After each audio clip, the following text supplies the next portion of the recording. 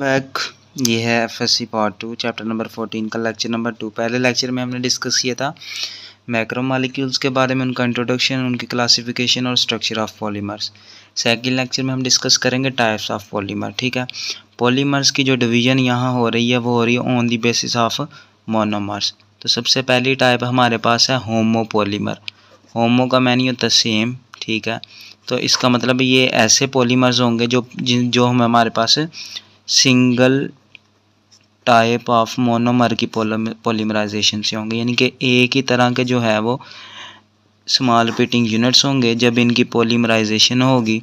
ठीक है, तो उसके नतीजे में हमारे पास होमो पॉलीमर्स बनेंगे। फॉर एग्जांपल हमारे पास विनाइल एसीटेट है OCOCH3। तो जब हम इसके मॉलिक्यूल्स लेंगे तो उसके नतीजे में हमारे पास क्या होगा, CH2 CHOCOCH3। ठीक है, CHOCOCH3 और सो ऑन, यानी कि ये हमारा क्या है, होमो पॉलीमर। ये विनाइल एसीटेट था और ये हमारा है पॉलीविनाइल एसीटेट। तो देख सकते हैं सेम टाइप ऑफ मोनोमर जो हैं वो आपस में जुड़ रहे हैं। ठीक है, सेकंड नंबर पे हमारे है जी कोपॉलीमर्स। कोपॉलीमर्स हमारे पास जब दो पॉलीमर्स जो हैं, दो डिफरेंट तरह के मोनोमर्स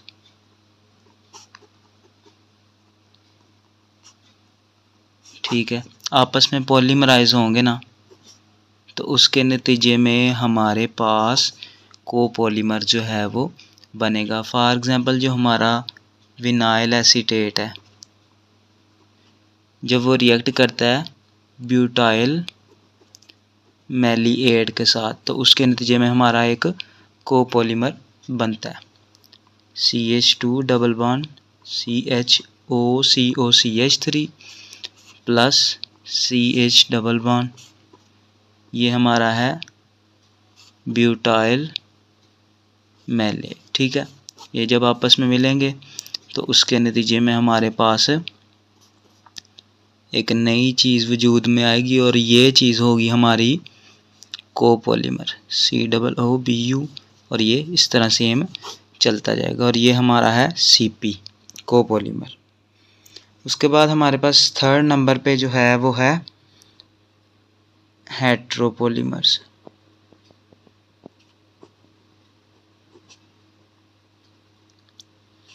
हेट्रोपॉलीमर्स जो होता है जब हमारे पास हेट्रो नहीं, टर पॉलीमर्स। ठीक है, टर पॉलीमर्स के अंदर तीन जो है ना डिफरेंट मोनोमर्स, 3 डिफरेंट मोनोमर्स, ये पॉलीमराइजेशन होते हैं। ठीक है, और ये हमारे पास ये जो पॉलीमराइजेशन रिएक्शन होता है ना, इसको केयरफुली कंट्रोल किया जाता है।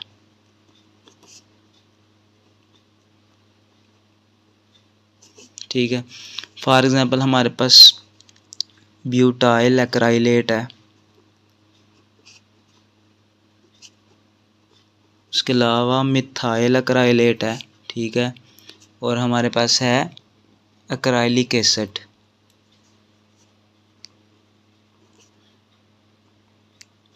तो जब ये हमारे पास मिलेंगे तो एक टफ पॉलीमर देंगे, और वो जो पॉलीमर होगा ना उसको वेदर रेजिस्टेंट के तौर पे इस्तेमाल किया जाएगा, यानी कि मौसम से बचाव के लिए। फॉर एग्जांपल हम कह सकते हैं कि पेंट वगैरह के अंदर जो है जिस तरह एक्रेलिक यूज़ किया जाता है ना, तो वो वेदर रेजिस्टेंट के लिए यूज़ किया जाएगा। तो टर पॉलीमर की बेस के ऊपर हमारे पास उसके ऊपर ये तो थी हमारे pass on the basis of monomers, यानी कि मोनोमर्स कौन कौन से प्रेजेंट हैं उनके ऊपर जो है ये इसके डिवीजन है। थर्मल प्रॉपर्टीज़ की बेस के ऊपर इनको जो है वो दो टाइप्स के अंदर डिवाइड किया गया। एक है थर्मोप्लास्टिक, ठीक है, जबकि दूसरा हमारे पास होता है थर्मोसेटिंग।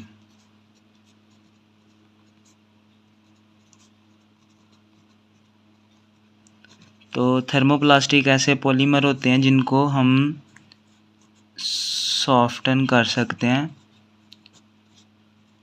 रिपीटेडली। कब?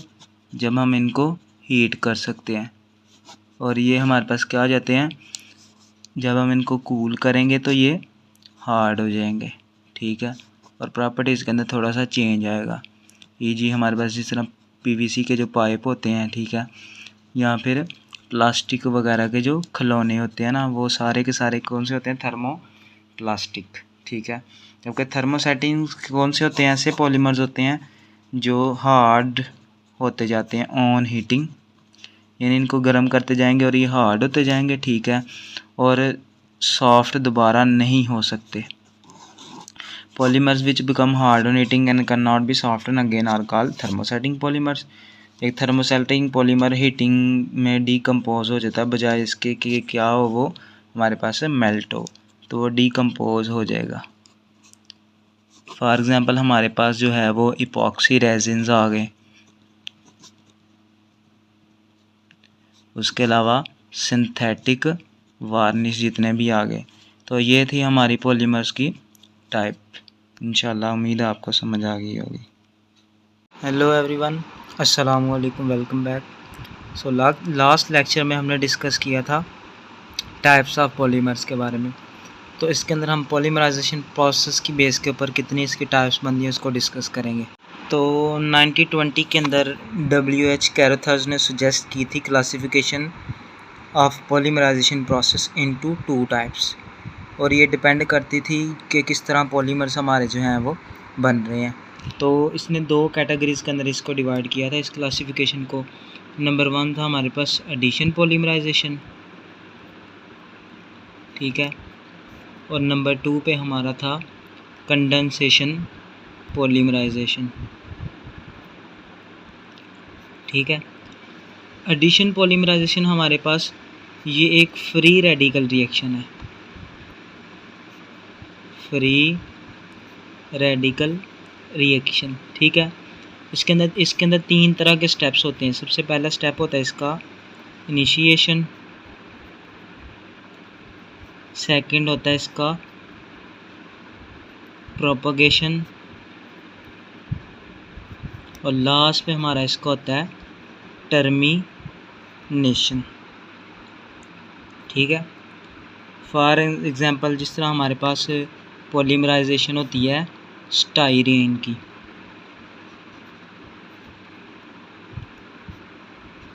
आमतौर पे ये जो एडिशन ऑफ पॉलीमराइजेशन होती है ये कैटलाइज होती है या फिर थर्मल के थ्रू, या ये थर्मल कैटलाइज होती है, या फोटोकेमिकल डीकम्पोजिशन हो सकती है ऑर्गेनिक पेरोक्साइड्स की।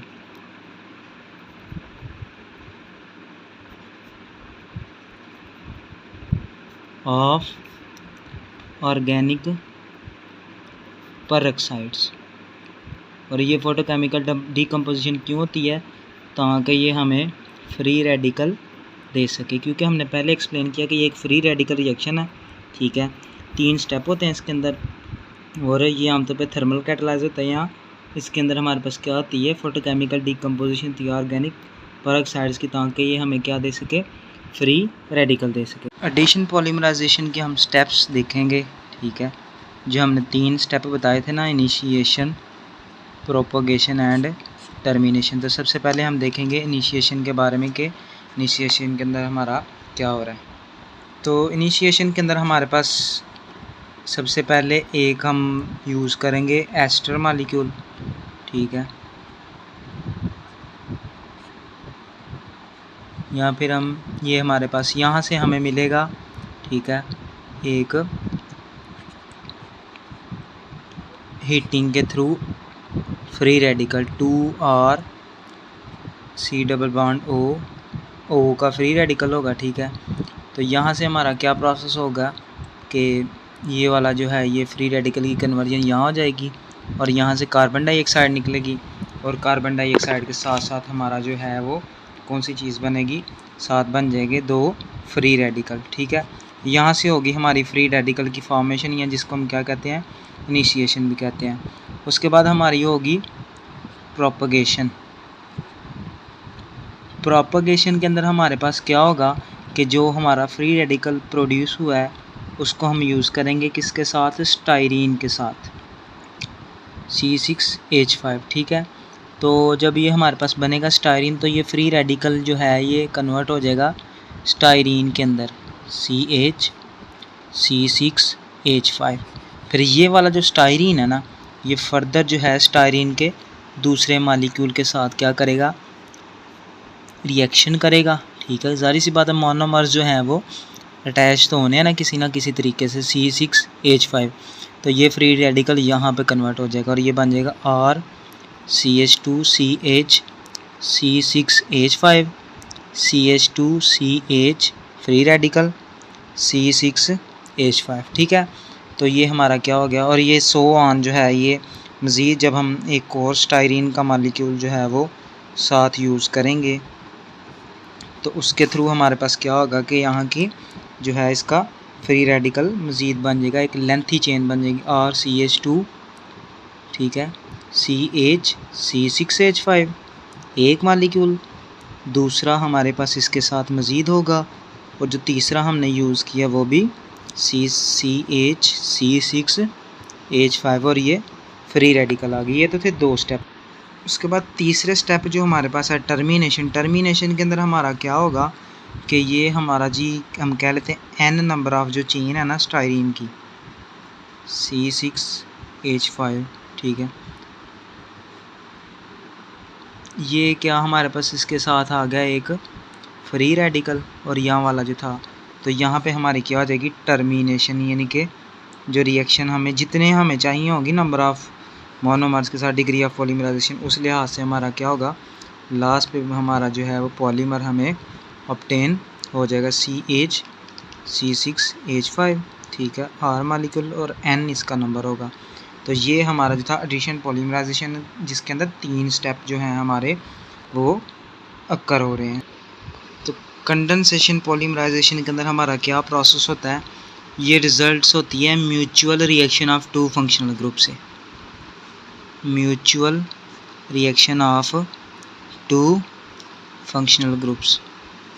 और ज़ाहिर सी बात है कंडेंसेशन के अंदर हमारे पास इस प्रोसेस के अंदर इन्वॉल्व होगा रिमूवल ऑफ वाटर मालिक्यूल या फिर मीथेन का मालिक्यूल जो है वो रिमूव होगा, ठीक है। ये दोनों जो ग्रोइंग चेन की एंड्स है ना, ठीक है, वहाँ पे टेक्स प्लेस करता है,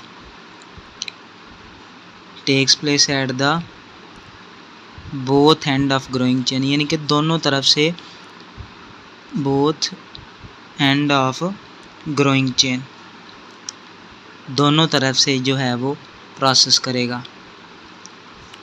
फॉर एग्ज़ाम्पल अगर हम एग्ज़ाम्पल से देखते हैं, फॉर एग्ज़ाम्पल हमारा जो डाई कार्बोक्सिलिक एसिड है, ठीक है, यहाँ फिर एस्टर, वो क्या करेगा कंबाइन होता है डाइयोल के साथ,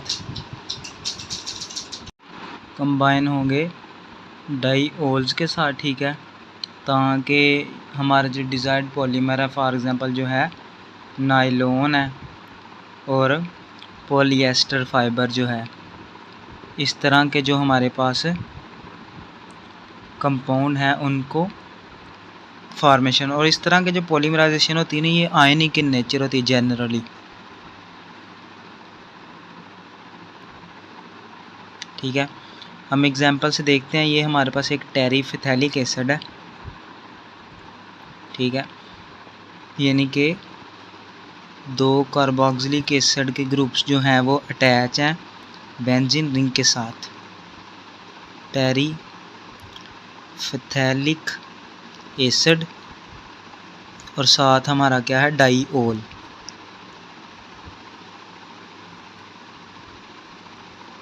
तो बेसिकली क्या होगा कि यहाँ से H और यहाँ से OH ये वाली कंडेंसेशन होगी और यहाँ से H और OH वाला सीन होगा, तो उसके नतीजे में हमारे पास क्या बनेगा कि इस तरह का एक कंपाउंड बन जाएगा C डबल बॉन्ड O, यहाँ से हमारा एक O बचा, यहाँ से CH2